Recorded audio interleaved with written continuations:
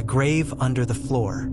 Arthur Pendleton was a man of routine. For the last 5 years, his world shrank to the walls of Northgate Middle School each night. Long after the final bell had rung and the once bustling hallways became silent, empty caverns.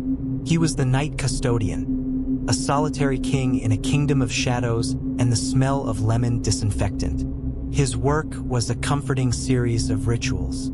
The metallic jingle of his key ring as he made his rounds, the rhythmic hum of the floor buffer over the linoleum tiles, the squeak of the trash cart as it rolled behind him. Arthur, a man of calm and practical disposition, found peace in this stillness. The daytime, with its screaming children and hurried teachers, grated on his nerves. But the night was a place of order and predictability. For the most part, there was one place in the school Arthur avoided with an almost superstitious reverence: the basement. It wasn't on his regular cleaning schedule, a fact for which he was profoundly grateful. The basement was a relic from the school's construction in the 1950s, a cold, damp concrete belly that sat deep beneath the bright and cheerful classrooms. The other staff spoke of it in hushed tones. They talked of sudden cold spots, of unexplainable noises that echoed up through the floorboards, and of the unnerving feeling that you were never truly alone down there. The legend centered on a custodian named Silas, who had worked at the school decades ago. Silas was a recluse, a man who considered the basement his private domain. He died of a heart attack right down there, amongst the old desks and forgotten stacks of textbooks. The story went that he never really left. Arthur wasn't a man who believed in ghosts. He chalked the noises up to the building's ancient plumbing and the uneasy feeling to a combination of darkness, dust, and an overactive imagination. Still, he abided by the unspoken rule: you don't go into the basement alone. The peace of his routine was shattered on a damp Tuesday night. He was polishing the main lobby, the silver moonlight casting strange shapes on the freshly waxed floor through the high windows, when his walkie-talkie crackled to life. It was Henderson, his supervisor. "Arthur, you there?" came the static-filled voice. "Loud and clear, Mr. Henderson," Arthur replied, switching off the buffer. "Listen, I need a favor. The annual fundraiser is this Friday, and the PDA needs more chairs. There are about 50 folding chairs in the old storage room in the basement. Can you get them up and stacked in the cafeteria before your shift is over?" The air seemed to chill by several degrees. "The basement, sir?" Arthur asked, his voice a little tighter than he would have liked. "That's the one. I know it's a spooky hole, but I'm in a bind. Just flip on all the lights, you'll be fine. The key for the storage room is on the old hook right next to the door." Arthur sighed, a familiar knot of unease tightening in his stomach. Orders were orders. "Yes, sir. On my way." He put away his equipment and made his way to the end of the West Hall, where the heavy oak door to the basement stood. It was always locked. Arthur selected the correct old iron key from his ring, the metal cold to the touch.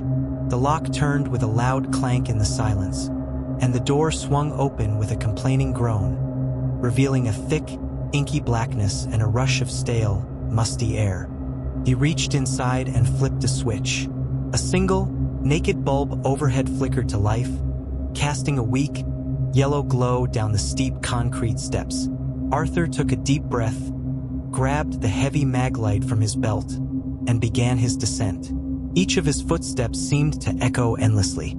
The air grew thick and cold, clinging to his skin like a damp shroud. The basement was larger than he remembered, a labyrinth of shadows broken up by thick support pillars.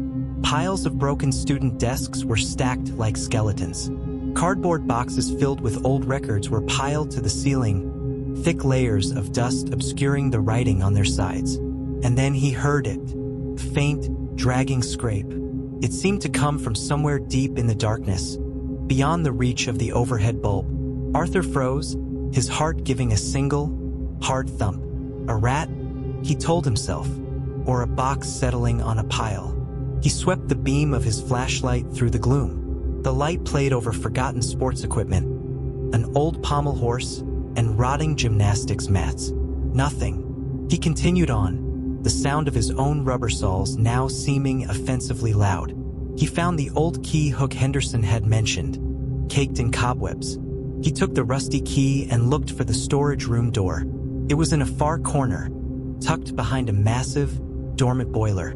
As he got closer, a sudden, inexplicable draft of cold air washed over him, making the hair on his arms stand on end. That was impossible. There were no windows or vents down here. He shivered, trying to dismiss the growing sense of dread. And that's when he saw it. The storage room door. The one he held the key for. It was ajar. The blood went cold in Arthur's veins. He knew for a fact that this door was always locked. He'd been here 5 years. It was never open. He stood there for a long moment, torn between duty and the primal instinct that was screaming at him to turn and run. Curiosity and his sense of responsibility won out. Maybe a teacher had come down and forgotten to lock it. He had to check. Nudging the door open, he shone his flashlight inside. The room was filled with metal folding chairs, stacked neatly in tall columns. Dust coated everything like a gray snow. The room was empty. No one was there. A brief wave of relief washed over him, followed quickly by confusion. He backed out of the room, pulling the door shut behind him. The click of the latch settling into place was reassuring. He turned to go get a dolly for the chairs. Scrappy, drog. The sound wasn't distant this time. It was right behind him in the hallway. Close. The sound of something heavy, a sack of wet sand perhaps, being pulled slowly, deliberately, across the concrete floor. Arthur spun around, the beam of his flashlight trembling. The hallway was empty. Nothing was there, just the long, dancing shadows. But the sound, it had been unmistakable. "Hello," he called out, his voice hoarse, swallowed by the silence. No answer, only the steady drip, drip, drip of a leaky pipe somewhere in the gloom. His heart was a frantic drum against his ribs. He'd forgotten all about the chairs.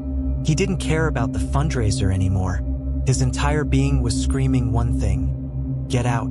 He started backing away, his eyes locked on the darkness where the sound had come from. He didn't dare turn his back. One step, then another. The squeak of his soles echoed unnervingly. And then he heard it again, closer still, seemingly just a few feet away. A slow, grinding drag, followed by a pause, as if whatever was making it was listening for him, too. That was it. Arthur turned and ran. It wasn't a dignified jog, but a panicked, stumbling sprint through the darkness, his flashlight beam lurching wildly. He scrambled up the concrete steps, taking them 2 at a time, ragged gasps tearing at his lungs. He didn't look back, but he could feel it, a cold, heavy presence nipping at his heels. He hit the door at the top of the stairs, fumbling with the knob for a panicked second before wrenching it open.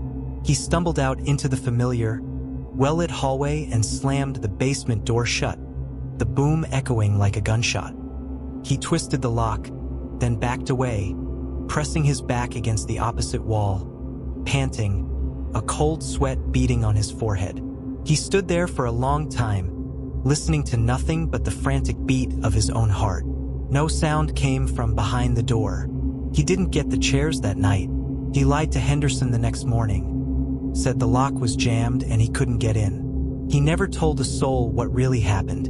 They would have thought he was crazy. But Arthur knew. He knew he hadn't been alone down there. From that night on, things were different. The school's silence no longer brought him peace. It was filled with pregnant threat. Every creak of the building, every whisper of the wind made him jump. He never went down that west hall again unless he absolutely had to. And every time he passed the basement door, he felt that same familiar, icy dread. Arthur Pendleton was still a man of routine. But now, a new ritual had been added. Fear.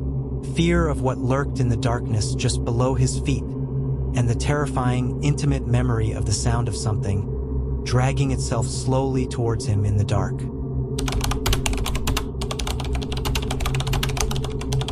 Empty classroom. Gordon Holloway believed there was a special kind of magic that existed only in a high school at night.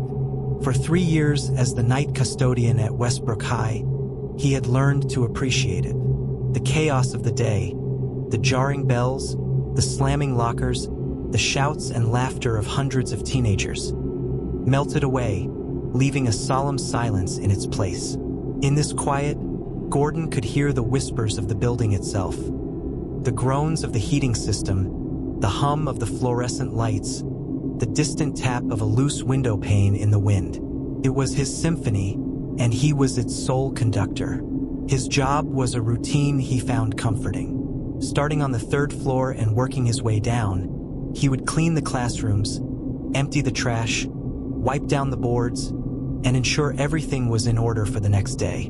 The final phase of his ritual was always the security check.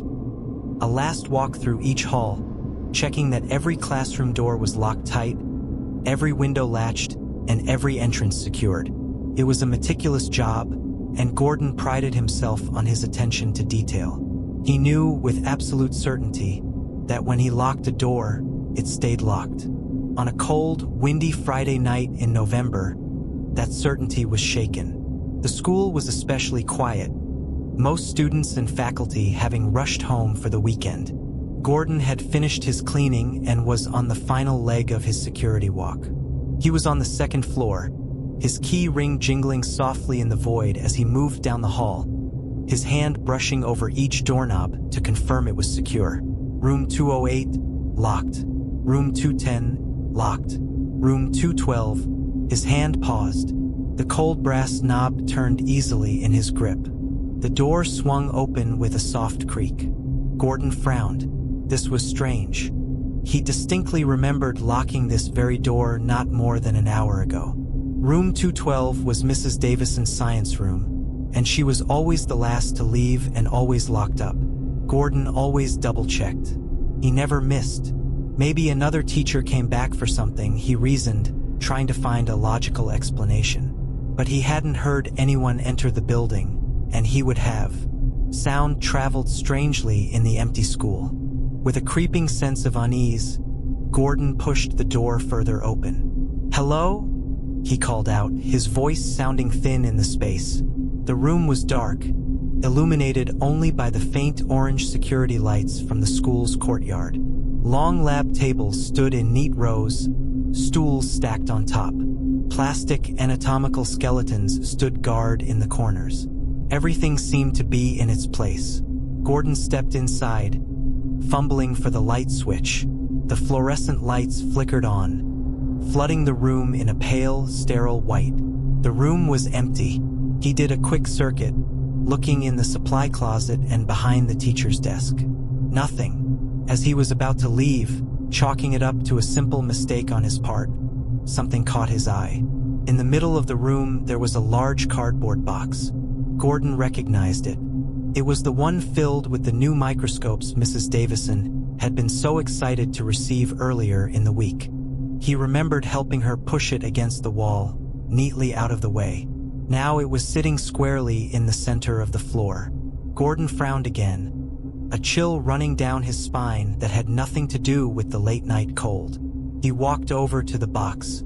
On the linoleum floor, he could see faint scuff marks, 2 parallel lines leading from the wall where the box had been. It hadn't been lifted. It had been dragged. "All right, this isn't funny," he said aloud, his voice wavering slightly. He was still half expecting a couple of seniors to jump out from a corner, giggling. But the only answer was silence. And then he heard it. It wasn't a loud noise. At first, he almost missed it, mistaking it for the hiss of the pipes or the wind outside. But then it came again, clearer this time. Out. It was the sound of breathing, slow, deep, and rhythmic. And it was in the room with him. The hair on the back of Gordon's neck stood on end. He stood perfectly still, his ears straining, trying to pinpoint the sound's location. It seemed to be coming from the far side of the room, near the tall storage cabinets. The shadows were thicker there, out of the direct reach of the overhead lights. Out. The sound was not imaginary. It was real and it was close. Someone was hiding in the shadows, watching him. The feeling of being watched was so intense it was almost a physical sensation, like a cold hand on the back of his neck. Fear, cold and sharp, seized Gordon. All logical thought evaporated, replaced by a single primal instinct. Run. He didn't say another word. He didn't try to confront whoever or whatever was there. He turned and bolted from the room, slamming the heavy door shut behind him. Its boom echoed like a gunshot in the silent hall. His heart hammering in his ears, he sprinted down the corridor, the rubber soles of his shoes squeaking on the polished floor. He didn't stop until he reached the stairwell, which he took 2 steps at a time, only stopping when he reached his office on the ground floor. He slammed the door and locked it, his back pressed against it, gasping for air. After several minutes, when the adrenaline began to subside, he did the only thing he could think of. He called his supervisor, a man named Frank. "Frank, it's Gordon," he said, breathless, into the phone. "I think someone's in the building. 2nd floor, Davison's science room." Frank, a man who never panicked, was there within 15 minutes. Together, with Frank holding a heavy mag light like a club, they cautiously made their way up to the 2nd floor.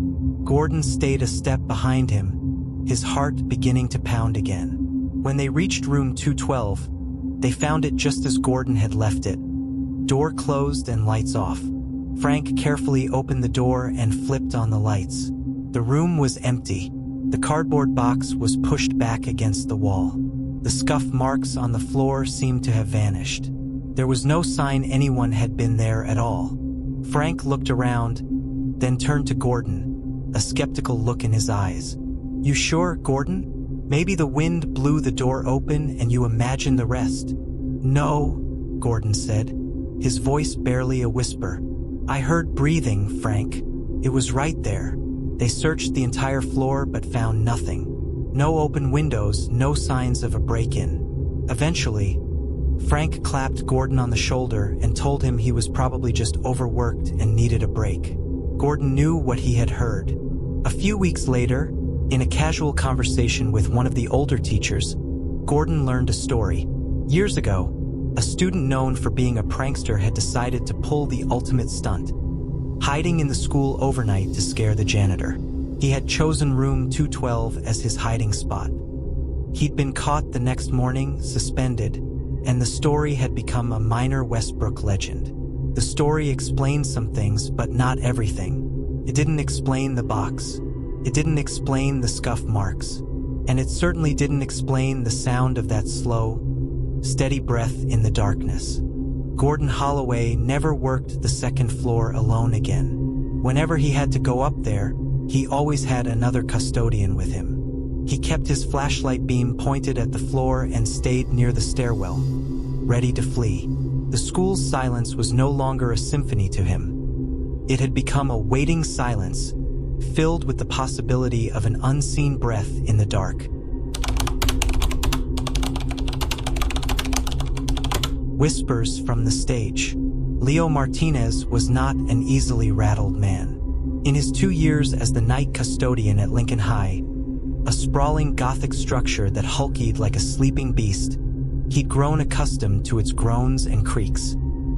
He considered the noises the building's lullaby, a reminder that even brick and mortar had a life of their own when the sun went down. He took pride in his work, in the way he could transform the chaos of a school day into a neat, orderly slate, ready for the dawn.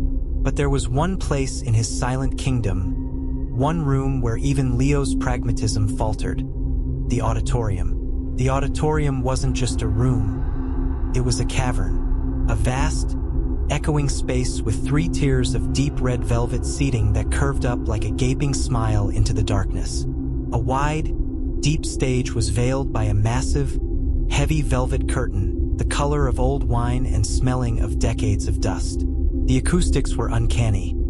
A soft cough from the stage could be heard with perfect clarity in the top balcony, while a loud noise in the back could be swallowed whole by the shadows. Cleaning it was a monolithic task, the final and most daunting part of Leo's shift. He had to sweep and mop the wooden stage, vacuum the aisles between the seemingly endless rows of seats, and polish the brass railings tarnished by thousands of hands. It was in the auditorium's stillness that Leo felt at his smallest and most vulnerable.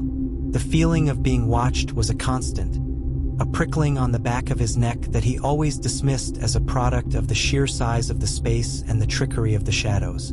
On one particularly quiet night, with only the wind whistling around the school's stone eaves, that uneasy feeling became something more tangible. Leo was on the stage, pushing his dust mop in long, rhythmic strokes. The only light came from the ghost light, a single, bare bulb on a stand in the center of the stage, a theatrical tradition meant to ward off unwelcome spirits. To Leo, it just made the shadows longer and more menacing. As he worked near the back of the stage, he heard a faint rustle. It came from the massive, heavy stage curtain to his right. A soft sound, as if someone had just brushed their fingers against the thick velvet. Leo stopped, his mop resting still. "Hello?" he called out, his voice sounding small in the vastness. There was no reply. He wrote it off as a draft snaking its way through a crack in the old building, or perhaps a mouse nesting in the curtain's folds. He hesitated for a moment, then cautiously walked to the curtain, pulling a heavy section of it aside. Behind it was nothing but a cold brick wall and the ropes of the pulley system. He shrugged, a little unsettled, and returned to his work, the sound all but forgotten. He resumed mopping, the soft swoosh of the dust mop the only thing breaking the silence. He was at the very edge of the stage, near the orchestra pit, when he heard another sound. This time it was unmistakable. Thud, thud, thud. It was the sound of footsteps, slow, deliberate, on the wooden floorboards of the stage directly behind him. The sound was so clear and so close that the person could have been only a few feet away. The blood went cold in Leo's veins. He spun around, his heart hammering against his ribs. The stage was empty. The ghost light cast its weak pool of light on the polished boards, and there was no one there. There was nowhere to hide, nowhere to have gone without being seen. But he had heard it, as clearly as his own heartbeat. "Okay," Leo whispered to himself, his voice trembling. "Easy does it, Martinez." He walked the perimeter of the stage, the powerful beam of his flashlight cutting through the darkness at the back and in the wings. Nothing. He went to the edge of the stage and peered out into the black maw of the auditorium. Row after empty row of silent, red velvet. He was imagining it, he told himself. The building was playing tricks on him, but the feeling of being watched was now more intense than ever. He felt as though hundreds of unseen eyes were fixed on him from the darkness of the seats. Trying to ignore it, he went back to his duties, but his movements were now jerky and alert. He tried to focus on vacuuming the main floor aisle, but his eyes kept darting up to the dark balconies above. And that's when he saw it. It was for just a second, the briefest of moments. In the top balcony, the third tier, he saw a shadow move. It wasn't a shadow cast by the ghost light. It was a silhouette, the shape of a person standing, who then quickly stepped back into the deeper darkness. Leo froze, the vacuum whining beside him. "Hey!" he yelled, his voice echoing strangely. "Is someone up there? This building is closed." Only silence answered. He stood for a long moment, staring up at the spot where he'd seen the figure, but nothing moved. It must have been a trick of the light, he told himself, an optical illusion created by his fatigue and overactive imagination. There couldn't be anyone up there. He finished his vacuuming with a sense of urgency, wanting only to be done and out of the oppressive room. The final task was to polish the brass railings along the edge of the orchestra pit. He got on his knees, his back to the stage and auditorium, and began to polish. He was focused on his work, on the back and forth motion of the rag on the metal, trying to will the fear away. The silence closed in around him, and in that silence, a sound cut through, clear, close, and utterly impossible. "Leo!" It was a whisper, a dry, rustling voice, speaking his name directly into his right ear. It was so close he could almost feel a cold breath on his skin. Sheer primal terror shot through Leo. He cried out, a strangled yelp, and scrambled backward, knocking over his can of polish and his rag. They clattered loudly on the floor. No one was there. He was alone on the stage. The empty auditorium stretched out before him like a tomb. But that voice, it had been right there. It wasn't an echo, not a building noise. It was a voice, and it had said his name. That was the final straw. Leo left his supplies where they lay. He ran. He bolted across the stage, out a side door, and down the hall without a single backward glance. He didn't stop until he was in the bright, safe confines of his custodial office, where he slammed the door and leaned against it, his chest heaving with fear and exertion. The next morning, looking tired and haunted, Leo sought out one of the day shift maintenance men, an old-timer named Sal who had been at the school for over 30 years. Leo, feeling foolish, told him what had happened. He expected Sal to laugh, but instead, the older man just nodded slowly, his expression grim. "You met Mr. Abernathy," Sal said quietly. "Mr. Abernathy?" Leo asked. "Arthur Abernathy," Sal explained. "He was the drama teacher here for years, a legend. His plays were always sold out. He loved this place, especially that auditorium. It was his world." Sal paused, a faraway look in his eyes. About 15 years ago, during a dress rehearsal for Macbeth, he had a massive heart attack. Died right there, center stage, right where the ghost light sits. A chill snaked its way down Leo's spine. "They say he never really left," Sal continued. "He was a very hands-on director, had a habit of walking the stage behind his actors, and he never yelled. He'd get right up close and whisper his direction right in their ear." Leo felt his stomach clench. A whisper, right in their ear. From that day on, Leo's job was never the same. He couldn't enter the auditorium without feeling a paralyzing sense of dread. What was once just a big room was now a tomb, a ghost's world. The feeling of being watched became unbearable. He tried working with other custodians nearby, but even with their presence, he'd hear the faint rustles from the curtain and feel the gaze of an unseen audience.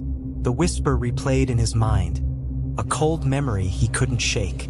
After 2 more months of mounting fear, Leo submitted his resignation. He couldn't take it anymore. As he handed in his keys, he glanced down the hall toward the auditorium. He could almost hear the waiting silence. Leo Martinez, the practical man, walked away from Lincoln High, haunted not by an old building, but